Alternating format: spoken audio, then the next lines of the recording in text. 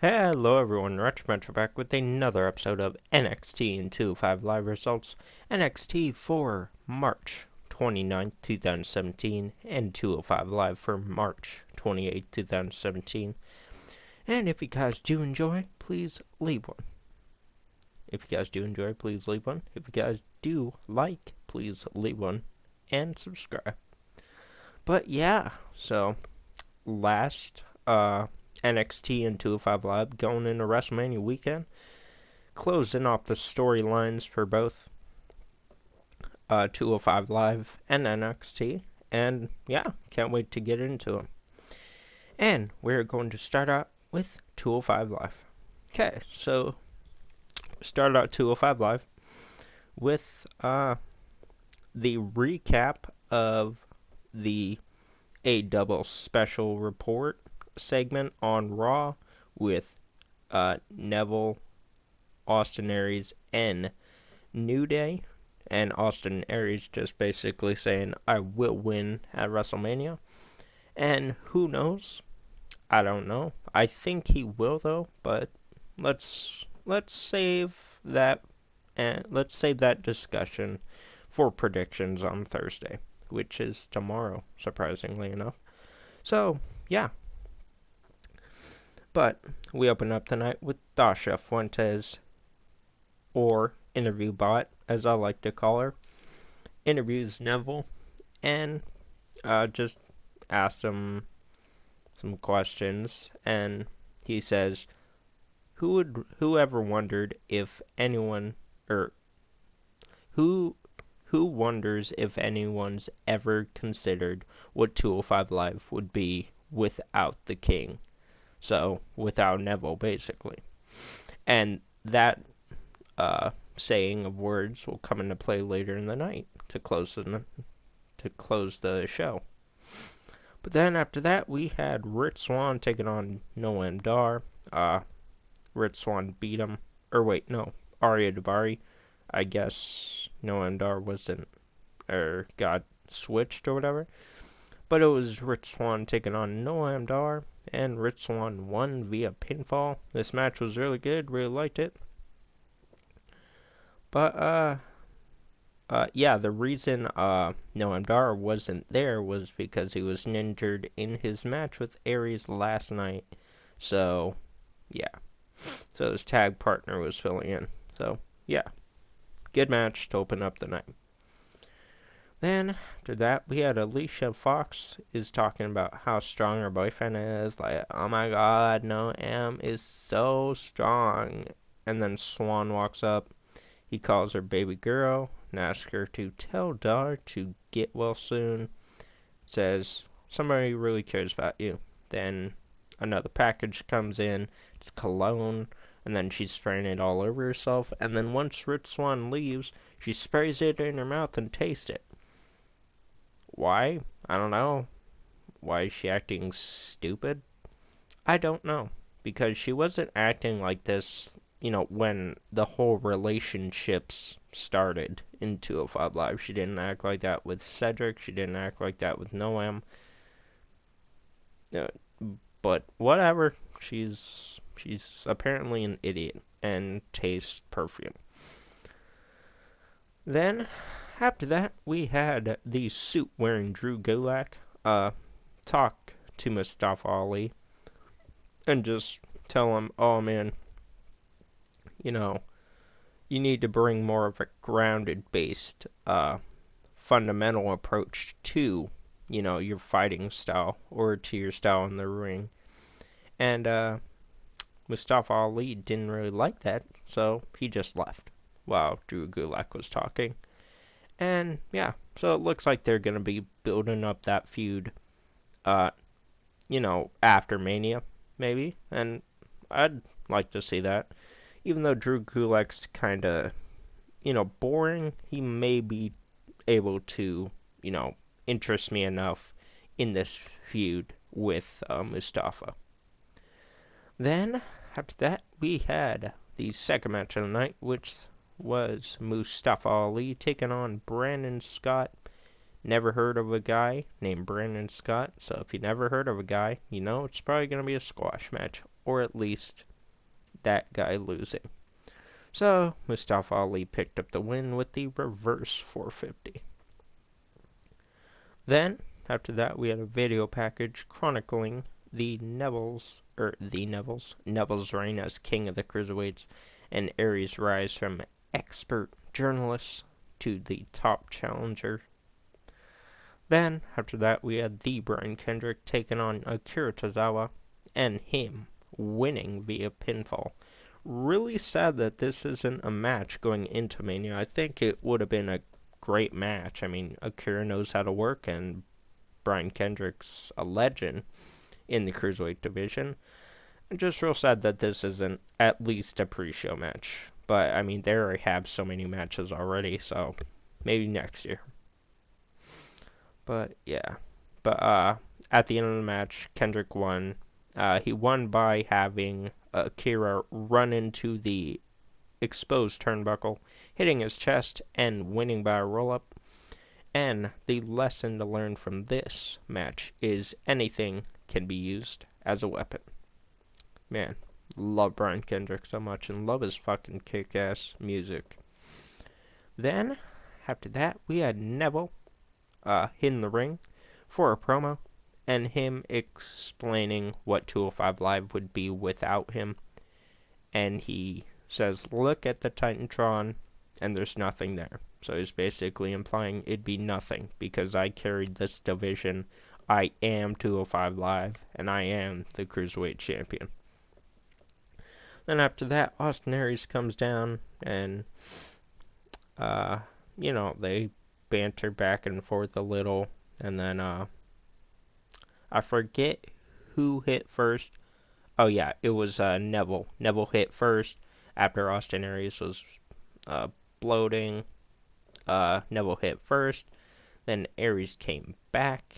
And Aries is standing tall at the end of 205 Live. Does that mean he won't win at Mania? I don't know. I'm predicting that he most likely will. But who knows? My decision could change by tomorrow. But yeah. So good episode of 205 Live. And yeah. So, and then after that, it just closed out. Then, just give me a moment to bring up my NXT results. Come on. NXT results.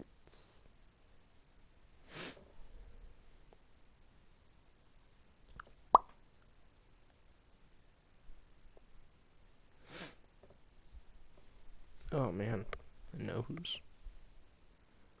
Okay, so we had for this week's episode of NXT happen.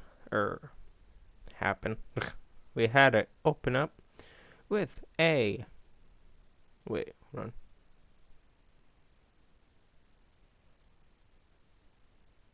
Yeah. So we had it open up with a triple threat match between Johnny Gargano with Tommaso Ciampa taking on Dash Wilder and Akam of Authors of Pain in a triple threat match between each member of those teams. Just, further the rivalries going into NXT TakeOver Orlando. I called it Brooklyn last time. I meant Orlando. Don't know why I called it Brooklyn, but yeah. But, really good opening match to open up the night and episode of 205 Live NXT. And your winner by stealing a victory was Dawson by, wait, is that right? Hold on. Yeah. No. Wait. Hold on.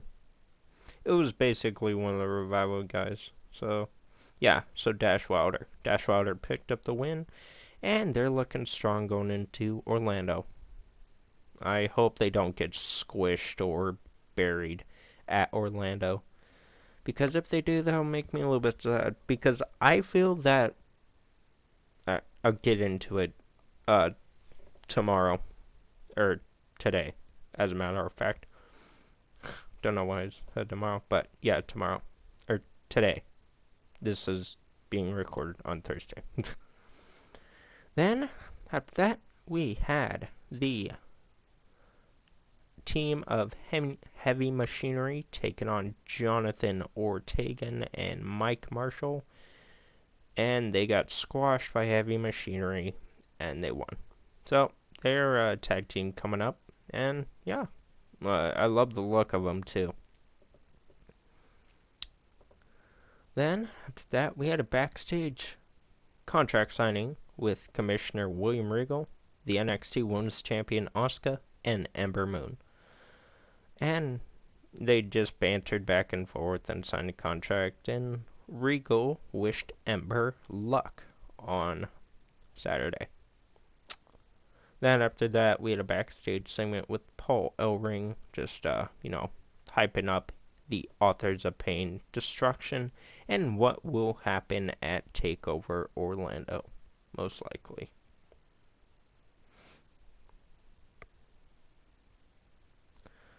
Then, after that, we had the main event of the evening with the loser leaves NXT match between Cassius Ohno and the Drifter, Elias Sampson. Really good match to close the night. Haven't really been interested in the Drifter, but now I'm 100%, just like I'm behind him. Really like his work in the ring and just like his character because it's more of an annoying presence than it is like annoying. But yeah, just really good match. And I thought of the, maybe potential outcome of Cassius losing. That'd be really interesting because, I mean, Cassius is great on the mic and just is great in the ring already. It wouldn't be a surprise for me if they made Elias win and then send Cassius up to Raw or SmackDown. I would much rather have him be on SmackDown, face AJ Styles for the WWE World Title. That'd be a match I would love to see. Don't know if it happened in Ring of Honor or New Japan. If it did, please let me know down below. But yeah, just great match. But sadly, your winner of the match was Cassius Ohno, and the loser was the Drifter, Elias Sampson. I could predict him going to either Raw or SmackDown, predicting more of a Raw type guy, and I feel he could beef up the mid card up a lot more than it is now. And maybe we'll get to see him challenge for the Universal Championship at some point against Brock or Goldberg. He'd be a fun Brock squash opponent. I could just imagine him like playing Brock a song or something. But yeah, then after the match, Elias was just freaking out. He's like, no, please let me stay. And then he got dragged out by his security. He's like, no, just wait. Let me get my guitar. Then Cassius went back to the ring, got his piano, got his guitar, and he was going to give it to him. And they put it at the edge of the ring apron. He's like, go, take it. And then right before Elias took it, Cassius just stomped on it, just broke his guitar. Kind of an asshole move, but whatever. He can get over with it. So, on the Raw after Mania, we're looking to see a lot of call-ups, plus the SmackDown after. Maybe, depending on what happens. But, yeah, very good episodes of 205 Live and NXT this week. Great send-offs for the main stories on the show for Mania. Kind of wish Cassius had a match at Mania, but whatever. But, yeah, guys, that's going to be it for another episode of NXT and 205 Live results. If you guys did enjoy and you want to see more, please leave a like, leave a comment, and subscribe. Also, follow me on Instagram, Facebook, Twitter, and Snapchat. And if you want to see the rest of the series, please click playlist link down below with the annotation on screen at the end of the video. As always, have a nice day. I'll see y'all in the next one.